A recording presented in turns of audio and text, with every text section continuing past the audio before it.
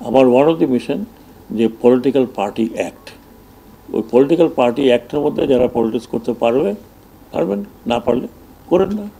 আমি strongly recommend করব যে অন্তত দুর্গাপূজায় 3 দিন ছুটি হয়, কনস্টিটিউশনে হাত লাগাতেই হবে অনেক বিষয়ে। আমরা ডিক্টেটরশিপ চাই না, হ্যাঁ, আমরা জবাবদিহি সরকার চাই। যে কারণে আমি গতবার বলছিলাম আমার ওয়ান অফ দি মিশন, আপনারা অনেকেই জানেন যারা আমাকে ইলেকশন কমিশন দেখেছেন, যে আমি মিশন নিয়ে আসি এবং পুরা করার চেষ্টা করি। ইলেকশন কমিশন তাই করেছিলেন। আমার ওয়ান অফ দি মিশন যে পলিটিক্যাল পার্টি অ্যাক্ট, এটা আমি এখানে বসবো, আমরা একটা তৈরি করব, দরকার হলে বাইরে থেকে করব। ওই পলিটিক্যাল পার্টি অ্যাক্টের মধ্যে যারা পলিটিক্স করতে পারবেন, না পারলে করেন না। এখানে পার্টির তো অভাব নাই। তো আমরা যেটা করতে পারি ওনাদের দাবি দেওয়াগুলো নিয়ে আমি ওনাদের কথা দিয়েছি যে আই উইল ডেফিনেটলি টক, এবং আমি ইনসিস্ট করব যে হ্যাঁ, দুর্গাপূজা ওনাদের সবচেয়ে বড় পূজা, ওনাদের না সারা বাংলাদেশে।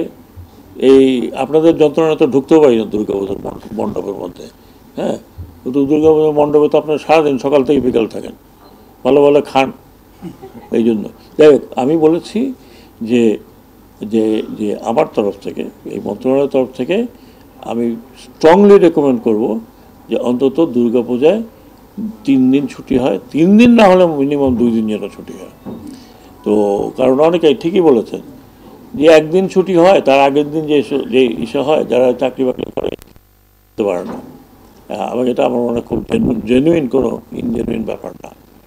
তো আরও যেগুলো আছে ওনারা বলছেন সেগুলো definitely take up with the cabinet. আমি এখানে কথা বলে ওনাদের চা খাওয়ায় বিদায় দিলাম, তারপর ভুলে গেলাম it is not going to be there. এখানে ডিজি বিজিবি আছেন, হ্যাঁ, উনি আমার একদম মানে অনুস্তুল্য।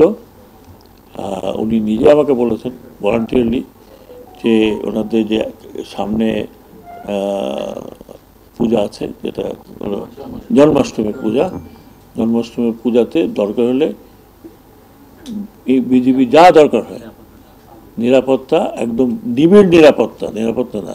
আর আপনারা শোনেন 3 স্তর 4 স্তর, কোনো 4-5 স্তর নাই, নিবিড় নিরাপত্তা দিবে যাতে কোনো ধরনের কিছু না হয়। আমরা এখনই ডাইরেক্টিভ পাঠিয়ে দেবো ডিস্ট্রিক্টগুলোতে যে ডিসি সাহেবরা ওনারা দায়িত্ব নেবেন, যেখানে যেখানে হবে যতটুকু নিরাপত্তা দেওয়া দরকার। যদি পুলিশ কম হয় তাহলে অন্য কাউকে নিয়ে আসবেন, আনসার নিয়ে আসলে ডিস্ট্রিক্টে আমাদের যেখানে রিজনাল হেডকোয়ার্টার আছে, বিজিবির রিজনাল হেডকোয়ার্টার আছে, ওনারা চাইলে ওনারা ডেফিনেটলি পাবেন।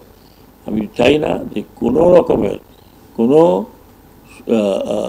কী বলে থার্ড কলামিস্ট এটা একটা কিছু করে আমাদের বদনাম করুক, দেশের বদনাম করুক, সেটা ওনারাও চান না।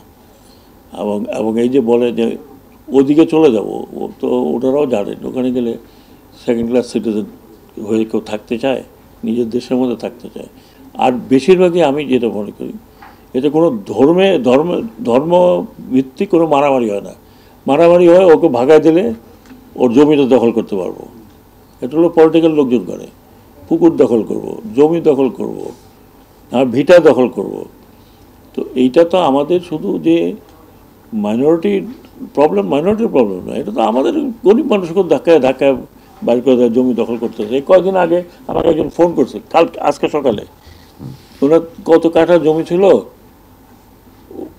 One of the retired air force officer, এই মাটি কাটার এখানে বলে আমি 14 বছর আগে কিনছি, এখন ডেভেলপারকে দিয়ে ঘর উঠাতে গেছি, আরেকজন আসলে দখল করে ফেলছে, আমি এখন কিছু করতে পারতেছি না।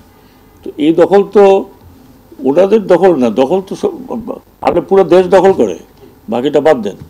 তো আমি ওনাদেরকে কথা দিয়েছি, বিজেপি এখানেই কথা দিয়েছেন যে ওনারা যখন ওনাদের প্রোগ্রাম হবে আমাদের থেকে আগে বলবে। এখানে আমাদের সেক্রেটারি সাহেব আছেন, পুরো মিনিস্ট্রি আছে। আমাদের কাজ এটা, আমাদের কাজ এখানে আর কোনো কাজ নেই, লোকজনকে সুরক্ষা দেওয়া, মানুষের যাতে সেটা হিন্দু হোক, মুসলমান হোক, খ্রিস্টান হোক, এটা আমাদের দায়িত্ব টু প্রোটেক্ট এভরিবডি।